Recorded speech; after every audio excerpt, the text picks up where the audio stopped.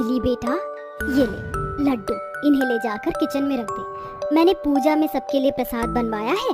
पूजा हो जाने के बाद सबको ये लड्डू प्रसाद के तौर पर दियो, समझी? ठीक है माँ। यार ये मोतीचूर के लड्डू दिखने में कितने टेस्टी लग रही हैं। एक काम करती हूँ, एक लड्डू खा लेती हूँ। अंजलि प्रसाद में से एक लड्डू उठाकर खा लेती है। अंजलि को लड्डू इतने ज्यादा पसंद आते हैं कि वो एक एक करके सारे लड्डू खा जाती है। लड्डू खाकर तो मजा ही आ गया। आज से पहले मैंने इतने टेस्टी लड्डू कभी नहीं खाए थे। अरे ये क्या, मैंने तो सारे लड्डू खा लिए। अब मैं प्रसाद में सबको क्या दूंगी? अगर माँ को पता चल गया तो मेरी तो आज खैर नहीं। सोच अंजलि, जल्दी कुछ सोच, वरना आज तो तू गई। तभी अंजलि को एक आइडिया आता है। वो जल्दी से जाकर अपने घर के पास वाले हलवाई से बहुत सारे लड्डू ले आती है और लाकर रख देती है। पूजा खत्म होने के बाद अंजलि सबको लड्डू बांटती है। मोहिनी जैसे ही वो लड्डू खाती है तो वो समझ जाती है कि वो ये लड्डू नहीं है जो उसने बनाए थे। जिसके बाद मोहिनी अंजलि से इस बारे में बात करती है। सच सच बता अंजलि, ये वो लड्डू नहीं है ना जो मैंने हलवाई से बनवा कर तुझको दिए थे? ये तो दूसरे लड्डू हैं। वो लड्डू कहाँ गए जो मैंने तुझे दिए थे? माँ, वो लड्डू तो मैंने खा लिए थे। क्या? तूने इतने सारे लड्डू अकेले खा लिए? अंजलि, तेरे सर में भेजा है या भूसा? कितनी बार कहा है इतना खाना मत खाया कर। इतना खाना खाना सेहत के लिए अच्छा नहीं है। कुछ ही महीनों में तेरी शादी है, अगर ऐसे ही खाती रही तो फूल कर गुब्बारा बन जाएगी। माँ, आप फिक्र मत करो, मुझे कुछ भी नहीं होगा। अपनी माँ के समझाने पर भी अंजलि नहीं मानती है और हमेशा भुक्कड़ों की तरह खाती रहती है। ऐसे ही समय बीतता रहता है और कुछ ही महीनों में अंजलि की शादी अमन नाम के लड़के से हो जाती है। अंजलि बहू, यहाँ बैठ जाओ। अभी कुछ ही देर में तुम्हारी मुंह दिखाई की रस्म शुरू होगी।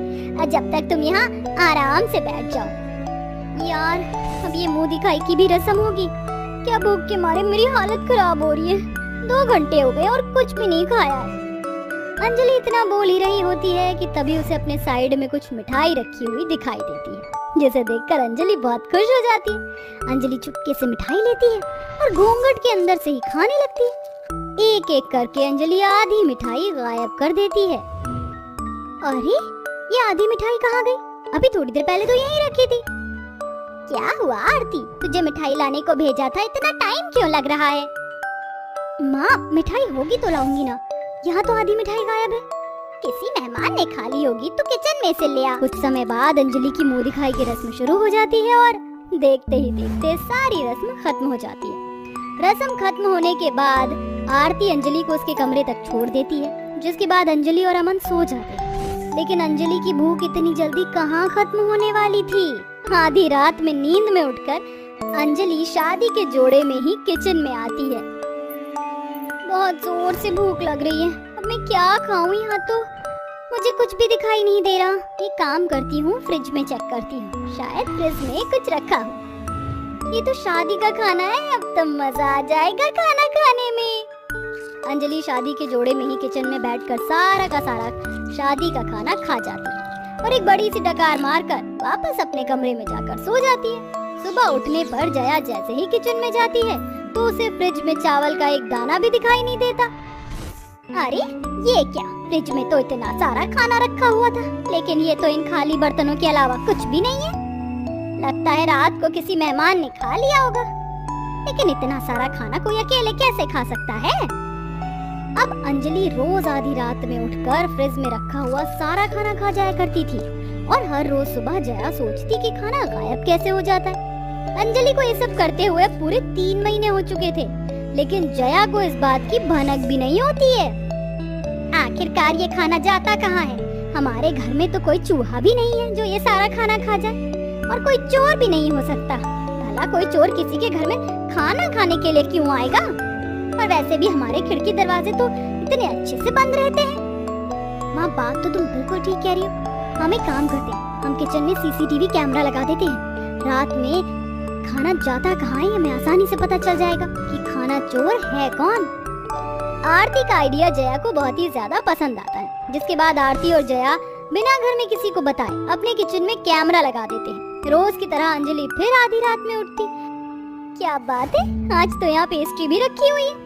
अंजलि कुछ ही देर में सारा खाना और सारी की सारी पेस्ट्री खा लेती है और जाकर अपने कमरे में सो जाती है। रोज की तरह जब जया फ्रिज खोलती है तो उसे खाने का कुछ भी सामान दिखाई नहीं देता, जिसके बाद जया और आरती जाकर सीसीटीवी की फुटेज चेक करते हैं, जिसमें वो देखते हैं कि रात में कोई और नहीं, अंजलि ही सारा खाना खाकर गायब करती है, जिसे देखकर आरती और जया बहुत हैरान हो जाते हैं और जाकर अंजलि से इस बारे में बात करते हैं।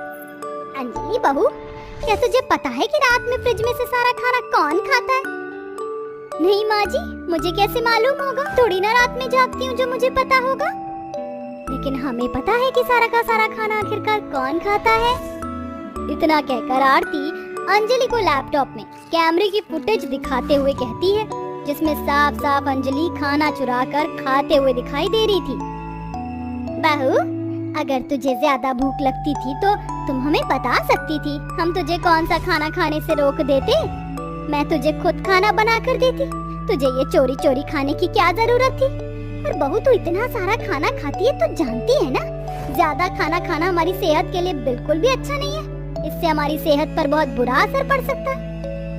अगर तुझे ज्यादा भूख लगती है तो तू जूस या फ्रूट्स भी खा सकती है। माँ जी, आप मेरी फिक्र मत कीजिए, शादी से पहले भी मैं इतना ही खाती थी, लेकिन मुझे आज तक कुछ भी नहीं हुआ। आज तक होने का मतलब ये नहीं है भाभी कि आपको आगे भी कुछ नहीं होगा। आरती माँ जी, आप फिक्र मत कीजिए, आप जैसा सोच रही हैं वैसा कुछ भी नहीं होगा। अपनी सास और नंद के लाख समझाने पर भी अंजलि नहीं मानती और रोज भुक्कड़ों की तरह खाना खाती है। ऐसे ही समय बीतता रहता है। अब धीरे धीरे अंजलि का वजन बढ़ने लगता है, जिससे अंजलि का शरीर बहुत ही ज्यादा मोटा हो जाता है। अंजलि को चलने में भी काफी परेशानी आती है। थोड़ी थोड़ी देर में अंजलि की सांस फूलने लगती है। अंजलि की हालत इतनी खराब होती देख जया और आरती उसे हॉस्पिटल लेकर जाती हैं, जहां डॉक्टर उसका चेकअप करते हैं और उसके बाद ये पता चलता है कि देखिए, ज़्यादा मोटापे की वजह से आपकी बहू को थायराइड और शुगर हो गया है। अब इन्हें लाइफ टाइम मेडिसिन खानी पड़ेगी।